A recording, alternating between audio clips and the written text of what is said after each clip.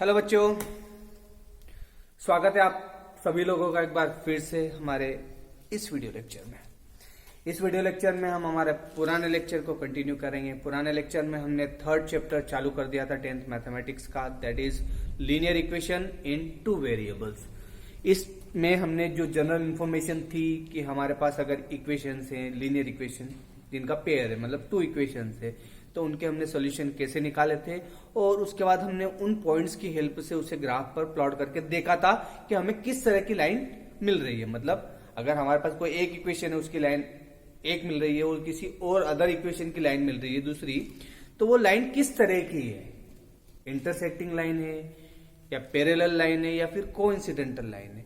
ये चीजें हमने हमारे पुराने वीडियो लेक्चर में ऑलरेडी डिस्कस कर ली थी।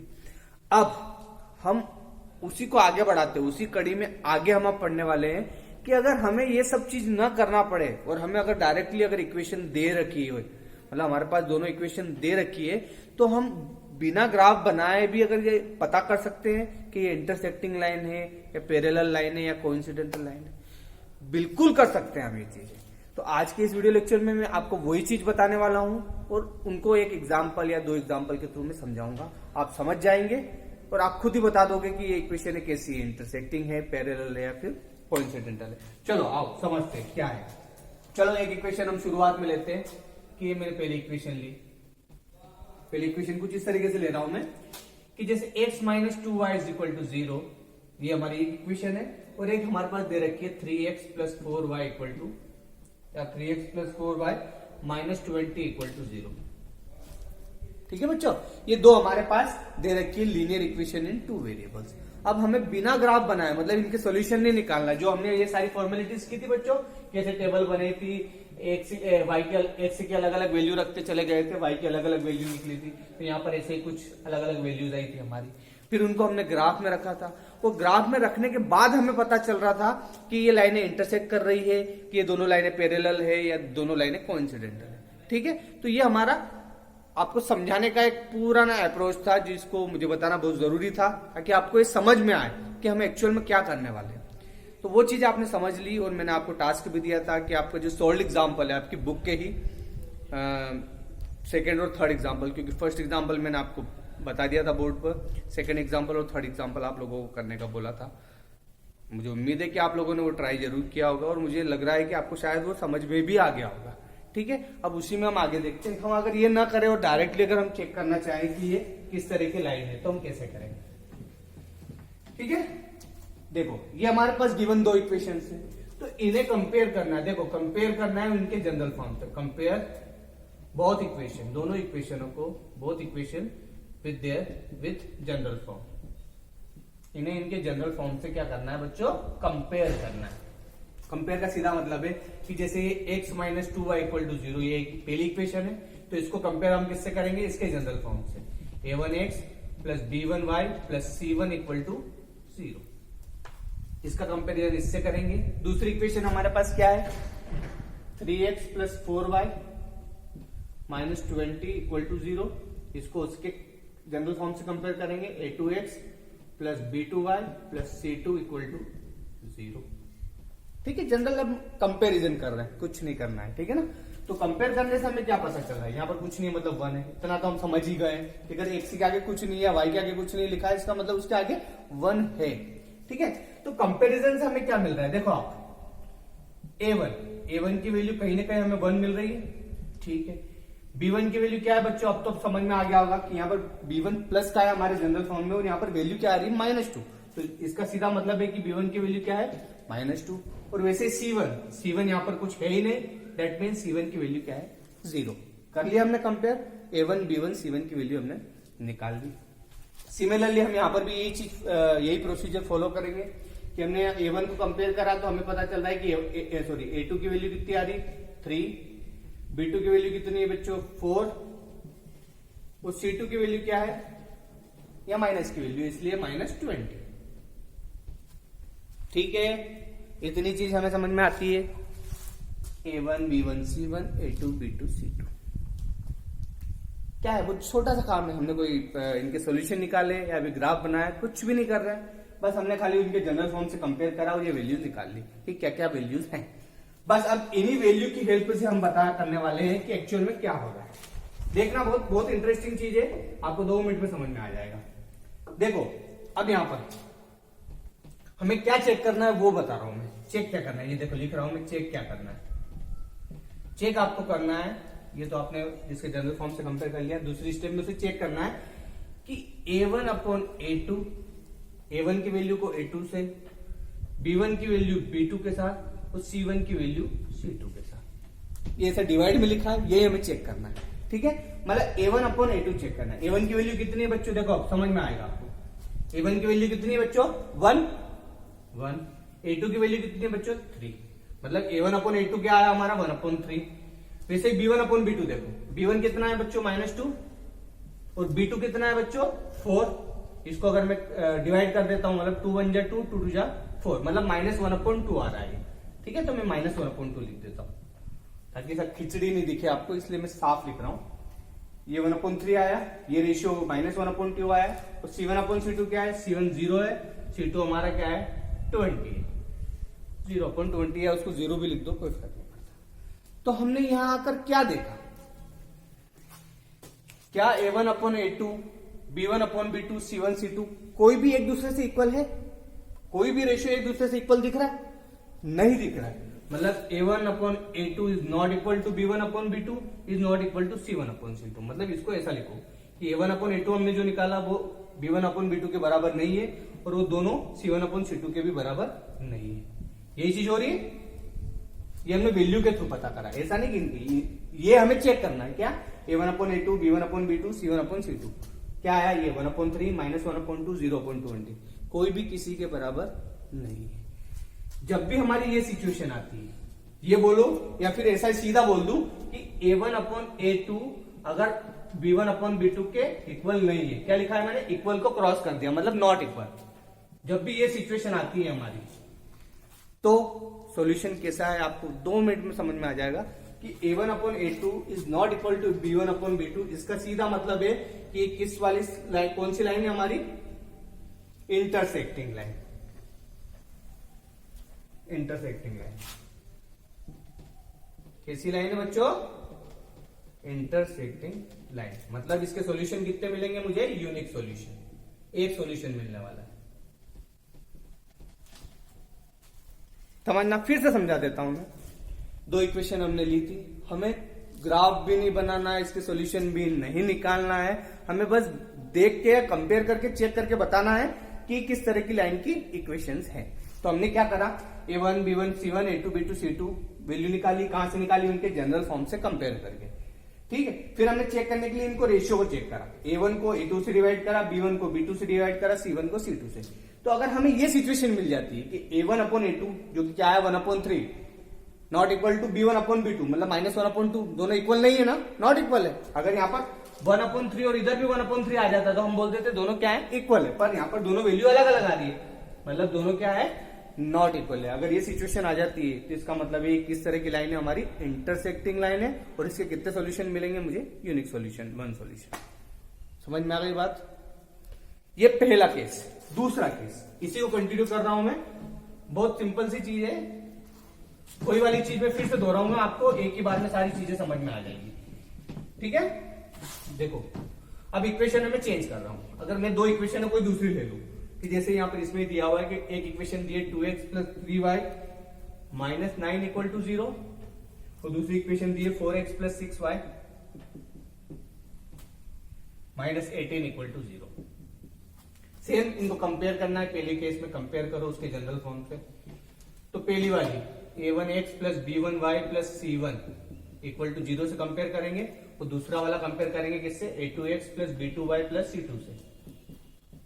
ठीक है, तो पहली इक्वेशन क्या है, कंपेयर कर लो, 2x plus 3y minus 9 equal to 0, दूसरी ये 4x plus 6y minus 18 equal to 0। Compare करा तो क्या आया, a1 की वैल्यू 2, b1 की वैल्यू 3 और c1 की वैल्यू -9। ठीक है, इतना तो अब समझ में आने लग गया होगा। यहां पर कंपेयर करा तो a2 की वैल्यू 4, b2 की वैल्यू 6, b2 की 6 और c3 C2 की वैल्यू कितनी, -18। ठीक, सेम कंपेयर करा, पहले वाले केस में भी यही करा था, दूसरे वाले केस में दो इक्वेशन दूसरी ले ली हमने, उनको भी कंपेयर करा। फिर हमें ये रेशियो वापस से चेक करना है। क्या चेक करो, देखो a1 अपॉन a2, a1 क्या है 2, a2 क्या है बच्चों 4, 2 अपॉन 4 मतलब 1 अपॉन 2 हो गया। क्या है बच्चों 1 upon 2। b1 upon b2, b1 की वैल्यू कितनी है 3 और b2 की वैल्यू कितनी है 6। ओहो 3 अपॉन 6 क्या होता है, ये भी 1 अपॉन 2 होता है। अब थोड़ा लफड़ा होगा। c1 की वैल्यू क्या है -9 और c2 की वैल्यू क्या है -18, माइनस माइनस कैंसिल, ये भी 1 अपॉन 2, मतलब इसको भी डिवाइड करा तो क्या है 1 अपॉन 2। मतलब यहां पर क्या हो रहा है बच्चों, अब देखो नया चीज यहाँ पे कि 1 अपॉन 2 बराबर है 1 अपॉन 2 के बराबर है 1 अपॉन 2, मतलब a1 अपॉन a2 बराबर है b1 अपॉन b2 बराबर है c1 अपॉन c2। मतलब हमें अब कंडीशन क्या मिल रही है, ये वाली दूसरी कंडीशन, a1 अपॉन a2 वो बराबर है b1 अपॉन b2 के, वो बराबर है c1 अपॉन c2। मतलब तीनों ही चीजें क्या है, बराबर है इन दोनों इक्वेशनों के केस में। तो हमें ये अगर कंडीशन मिल जाए या ये सिचुएशन मिल जाती है तो हम फिर बोल सकते हैं दूसरी चीज कि ये किस तरह का सॉल्यूशन है। आपके बुक में दिया हुआ है कि अगर ये कंडीशन बनती है तो लाइनें कैसी है हमारी, कोइंसिडेंटल। कैसी लाइन है बच्चों, कोइंसिडेंटल। इसके पहले वाले केस में लाइनें कैसी आई थी मेरी, इसके पहले वाले केस में लाइनें कैसी आई थी, इंटरसेक्टिंग। अभी कौन सी आ रही है, कोइंसिडेंटल। मतलब यहां पर हमें कितने सॉल्यूशन मिलेंगे, infinitely many solution, infinitely many solution. आ रही ना बात बच्चों समझ में। भैया यहां पर रेशियो चेक करें, a1 upon a2, b1 upon b2, c1 upon, तीनों ही बराबर है। तो तीनों ही बराबर है मतलब सीधा है कि वो कोइंसिडेंटल लाइन है। मतलब ये दोनों लाइनें कैसी है, कोइंसिडेंटल। मतलब एक के ऊपर एक, ग्राफ जब बनाएंगे तो एक के ऊपर एक आएगी, और ग्राफ बनाकर चेक करने की जरूरत नहीं है। कैसी है, कोइंसिडेंटल लाइन, और इसके सॉल्यूशन कितने मिलेंगे, इनफाइनाइटली मेनी सॉल्यूशन। चलो थर्ड वाला केस भी ले लेते हैं। इक्वेशन चेंज करूंगा खाली में और वैल्यू निकालेंगे, ठीक है। रेशियो को भी रहने देता है, यहां पर ये हटा देता हूं। इक्वेशन चेंज हो रही है, देखना इक्वेशन है दोनों क्या हो रही है, x plus 2y minus 4 equal to 0 और 2x plus 4y minus 12 equal to 0, ठीक है। पहली वाली इक्वेशन ये दी, x plus 2y minus 4 equal to 0, इससे कंपेयर करेंगे। दूसरी वाली इक्वेशन को इससे कंपेयर करेंगे, 2x plus 4y minus 12 equal to 0। यहाँ से a1 की वैल्यू 1, कुछ नहीं है मतलब 1 है, b1 की वैल्यू 2, c1 की वैल्यू -4। यहाँ से a2 की वैल्यू 2, b2 की वैल्यू 4 और c2 की वैल्यू -12, ठीक है। रेशियो देखेंगे, a1 अपॉन a2, a1 क्या है 1, a2 कितना है बच्चों 2, 1 upon 2, b1 upon b2, b1 की वैल्यू कितनी है 2 और b2 की वैल्यू कितनी है 4, मतलब ये भी 1 अपॉन 2 है, 2 अपॉन 4 मतलब 1 अपॉन 2।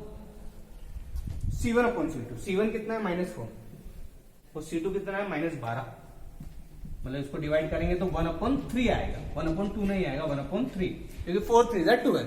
तो हमें क्या यहाँ पर देखने पर क्या मिल रहा है कि 1 अपॉन 2 1 अपॉन 2 ये दोनों बराबर है। मतलब इस शुरू के दोनों a1 अपॉन a2 और b1 अपॉन b2 बराबर है, पर 1 अपॉन 2 इस 1 अपॉन 3 के बराबर नहीं, यही मिल रहा है। मतलब सिचुएशन कैसी बन रही है कि a1 अपॉन a2 इक्वल है किसके, b1 अपॉन b2 के, पर नॉट इक्वल है किसके, c1 अपॉन c2 के। मतलब सिर्फ यहां पर नॉट लग गया। पहले केस में क्या था कि ये दोनों a1 upon a2 is not equal b1 upon b2, ये था, तो कैसा लाइन, कैसा सॉल्यूशन था, इंटरसेक्टिंग।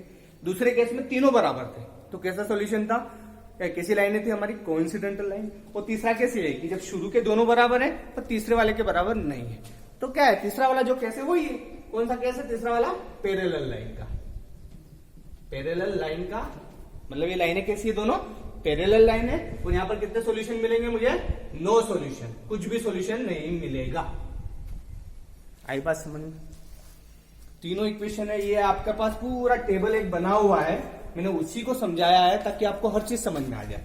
ये आपके पास ये ब्लू कलर में पूरी टेबल बनी हुई है, देखो आप कि तीनों इक्वेशन लिखी हुई है, फर्स्ट इक्वेशन, ये सेकंड इक्वेशन और ये थर्ड इक्वेशन। फर्स्ट इक्वेशन के सामने वो लिख रहा है कि a1 upon a2 is not equal to b1 upon b2, दिख रहा है बच्चों। दूसरी वाली इक्वेशन में बोल रहा है कि ये तीनों बराबर है, a1 upon a2, b1 upon b2, c1 upon c2 बराबर है। और थर्ड वाली इक्वेशन में a1 upon a2, b1 upon b2 के बराबर है, पर c1 अपॉन c2 के बराबर नहीं है। तो पहले वाला केस किसका हो गया, देखो ये इंटरसेक्टिंग लाइन लिखा है, दूसरा वाला केस किसका हो गया, कोइंसिडेंटल लाइन, और थर्ड वाला केस हो गया हमारा पैरेलल लाइन का। और इनके सॉल्यूशन भी लिखे कि इंटरसेक्टिंग लाइन में कितने सॉल्यूशन मिलेंगे, यूनिक मतलब वन सॉल्यूशन, दूसरे वाले केस में इनफाइनाइटली मेनी सॉल्यूशन, और थर्ड वाले केस में नो सॉल्यूशन। यही पूरा टेबुलर फॉर्म था जो कि आपको समझाना था। और मुझे आशा है, उम्मीद है आप लोगों से कि आपने इस चीज को बहुत आसानी से समझ लिया होगा। और अब आप खुद से ट्राई करना। अब आपकी इसके बाद की जो पूरी एक्सरसाइज है आप बहुत आसानी से कर सकते हो। एक्सरसाइज 3.2 मतलब पिछले वीडियो लेक्चर की हेल्प से आप 3.1 कर सकते थे। इतनी हेल्प मिलने के बाद आप 3.2 को पूरा आसानी से कर सकते हो, कोई भी दिक्कत नहीं। ठीक है, तो एक प्रकार से ये ग्राफिकल मेथड थी। ग्राफिकल मेथड मतलब वो जो पहले हमने पढ़ा था वही ग्राफिकल मेथड थी, कि जिसमें हमने दोनों इक्वेशनों को लिया था, उसको y के फॉर्म में ले गए थे, फिर टेबल बनाई थी जहां पर x और y की वैल्यू अलग अलग निकालते गए थे, और उसको हमने ग्राफ बना दिया था। तो वो कैसी मेथड हो गई, ग्राफिकल। मतलब ग्राफिकली हम चेक कर रहे हैं, ग्राफ बनाकर चेक कर रहे हैं कि लाइनें कैसी है, इंटरसेक्टिंग है कि पैरेलल है या कोइंसिडेंटल है। और ये कैसी मेथड हो गई कि डायरेक्टली हमें अगर चेक करना है, कैसे कि डायरेक्टली हमें अगर चेक करना है कि किस तरह की लाइनें हैं और इनके सॉल्यूशन कितने आने वाले हैं। ठीक है, तो ये चीज आप समझ लेना, बहुत इंपॉर्टेंट टॉपिक है ये। मतलब एग्जाम में आपको क्वेश्चन कंफर्म आएगा, या तो इस पे या फिर इसके अगले वीडियो में मैं जो चीजें कवर करूंगा आपके पास। एल्जेब्रिक मेथड पढ़ाऊंगा मैं। कौन सी मेथड है बच्चों, एल्जेब्रिक मेथड। एल्जेब्रिक मेथड है, एल्जेब्रिक मेथड का कुछ नहीं मतलब है कि कुछ अलग अलग मेथड है हमारे पास 3 तरह की, उसकी हेल्प से हमें सॉल्यूशन निकालना है। बहुत सिंपल है, आपको समझ में आ जाएगी। ठीक है, तो ये एक्सरसाइज 3.2 आप कंप्लीट कर सकते हो। और इसके बाद हम पढ़ेंगे algebraic method of solving a linear pair of equation. ये अब अगले वीडियो लेक्चर में मैं कवर करूंगा algebraic method, algebraic method of solving a pair of linear equation, algebraic method of solving a pair of linear equation. ठीक है बच्चों, ये हम पढ़ेंगे अगले वीडियो लेक्चर में। ये बता दूं कि एल्जेब्रिक मेथड का क्या मतलब है, इसमें 3 अलग अलग मेथड्स हैं। सबसे पहली मेथड उसका नाम है substitution method, substitution method. Second method है इसमें एलिमिनेशन मेथड, एलिमिनेशन मेथड।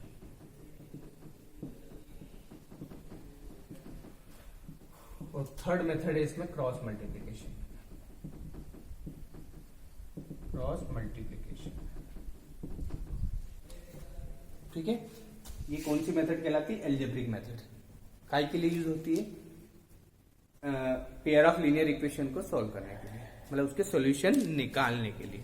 ठीक है, तो हमने अभी ग्राफिकल मेथड देख ली कि ग्राफिकली अगर हमें पता करना है, मतलब वही स्टेप्स कि y का फॉर्म में ले जाना है, टेबल बनाना है और ग्राफ बनाकर चेक करना है, तब भी हम सॉल्यूशन निकाल सकते हैं और बता सकते हैं कि किस तरह की लाइनें हैं। ठीक है, दूसरी चीज हमने क्या पढ़ी, डायरेक्ट वाली मेथड, कि डायरेक्टली अगर हमें चेक करना है तो हम क्या करेंगे, उसको उसके दोनों इक्वेशनों को उसके जनरल फॉर्म से कंपेयर करेंगे, a1 b1 c1 a2 b2 c2 की वैल्यू निकालेंगे और फिर रेशियो चेक कर लेंगे कि a1 upon a2 b1 upon b2 या c1 अपॉन c2 वो एक दूसरे के इक्वल आ रहे हैं या नहीं आ रहे हैं या क्या आ रहा है। और तीनों की सिचुएशन हमें पता है कि अगर तीनों इक्वल है मतलब कोइंसिडेंटल लाइन, अगर a1 अपॉन a2 और b1 upon b2 not equal है इसका मतलब है वो इंटरसेक्टिंग लाइन है।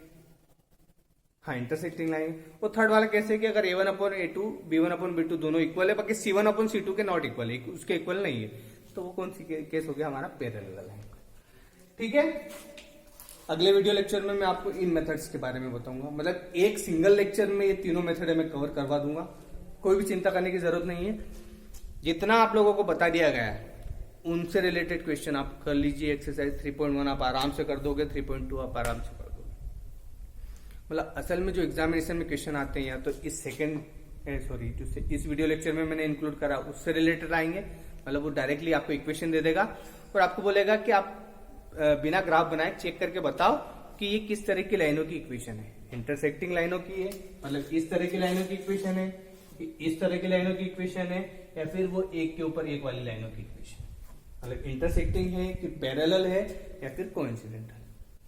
ठीक है, तो इस वीडियो लेक्चर में इतना ही। अगले वीडियो लेक्चर में फिर मुलाकात होगी। इस इसके बारे में, सब्स्टिट्यूशन, एलिमिनेशन और क्रॉस मल्टीप्लीकेशन। तब तक आप इन चीजों को पढ़िए। Thank you so much.